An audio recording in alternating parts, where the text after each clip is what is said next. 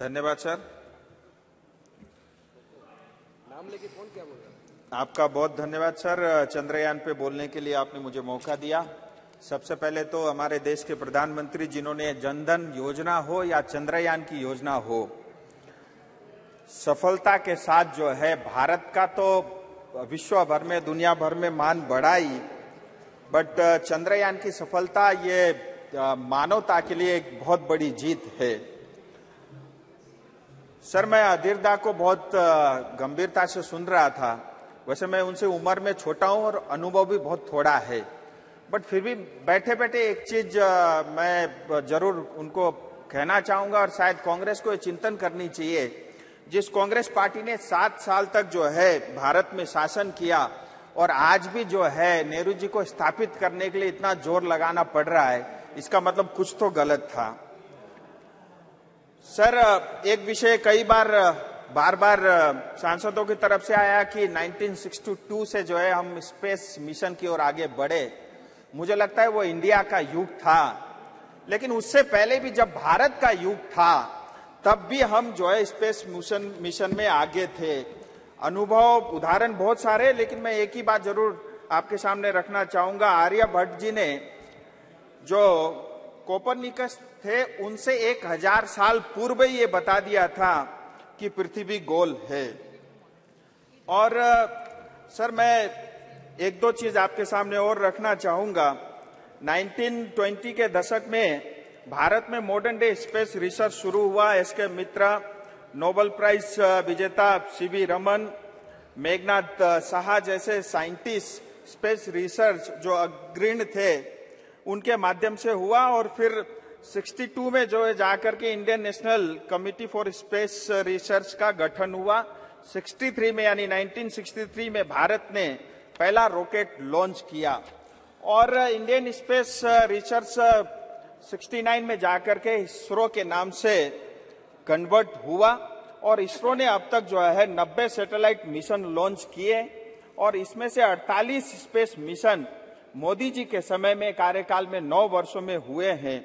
और इसरो ने ही पिछले 9 वर्षों में जो 48 स्पेस मिशन लॉन्च किए उसमें से जो है 424 सैटेलाइट साथ लेकर के गए थे। सो ये एक बहुत बड़ी उपलब्धि है। और अगर हम भारत सरकार का बजट भी देखें 2013-14 में जहां 5615 करोड़ हुआ करता था, 2023-24 में बढ़ के 12500 करोड़ से अधिक है। और कई सारे फॉरेन सैटेलाइट भी जो है इसरो ने लॉन्च किए हैं। 3000 करोड़ से ज्यादा की आमदनी हुई है और यह आमदनी पिछले 9 साल में करीब करीब उसका 90% हिस्सा जो है पिछले 9 साल का ही है। सो ये बहुत सारी उपलब्धियां रही। सर, मैं ज्यादा समय नहीं लूंगा और मैं ये जरूर कहना चाहूंगा कि हमारे क्षेत्र से भी दार्जिलिंग तराई डुवर्र से भी निरुपम शर्मा जो मिरिक दार्जिलिंग के थे, अनुज नंदी जो इस्लामपुर नॉर्थ दिनाजपुर के थे और कौशिक नाग जी जो जलपाईगुड़ी के थे, ऐसे तमाम लोग जो है पश्चिम बंगाल से भी इसरो मिशन के जो है टीम के हिस्सा रहे। अगला हमारा टारगेट जो है गगनयान है। लेकिन सर, मैं बंगाल की दृष्टि से एक दो विषय जरूर रखना चाहूंगा, क्योंकि बहुत सारी बातें जो है बंगाल के हमारे सब टीएमसी के सांसदों ने भी रखा और हम सबको भी गर्व होता है कि बंगाल की इतनी बड़ी भूमिका रही और इतने बहुत अधिक संख्या में जो है उनका इस टीम में योगदान रहा। लेकिन आज बंगाल के सरकार को ये चिंतन और अध्ययन करने की आवश्यकता है, जो आज के युवा पीढ़ी को जिस तरह का संस्कार हम डाल रहे हैं, क्या आने वाले समय में भविष्य में वो गरिमा पश्चिम बंगाल की रहेगी क्या? आज देखिए, पश्चिम बंगाल जाना जाता है बम के लिए, बारूद के लिए, हिंसा के लिए, हत्या के लिए, महिलाओं के ऊपर जो अपराध होते हैं उसके लिए, तुष्टीकरण के लिए, परिवारवाद के लिए और सबसे बड़ा भ्रष्टाचार के लिए। और मैं ये बहुत गंभीरता के साथ बोल रहा हूँ। प्लीज सर, बस 2 मिनट बोलने दीजिए। मैं ये गंभीरता और मैं आपको ये कहना चाहता हूँ, अर्जुन दा वहीं बैठे, सबसे ज्यादा भुक्तभोगी तो वही है, उनसे पूछ सकते हैं वो। और इतना ही नहीं सर, आज पश्चिम बंगाल में टीएमसी के नेता यहाँ बैठे हैं, वो जवाब दे, 50% से ज्यादा यूनिवर्सिटी में रेगुलर वाइस चांसलर नहीं है। 8,500 से ज्यादा जो है स्कूल पश्चिम बंगाल में बंद हो रहे हैं क्योंकि टीचर को तनख्वाह नहीं दे पा रहे हैं। जो टीए है सरकारी कर्मचारियों को नहीं मिल रहा है, ये वास्तविकता है। और सर एक बात और, कृपया समाप्त कीजिए।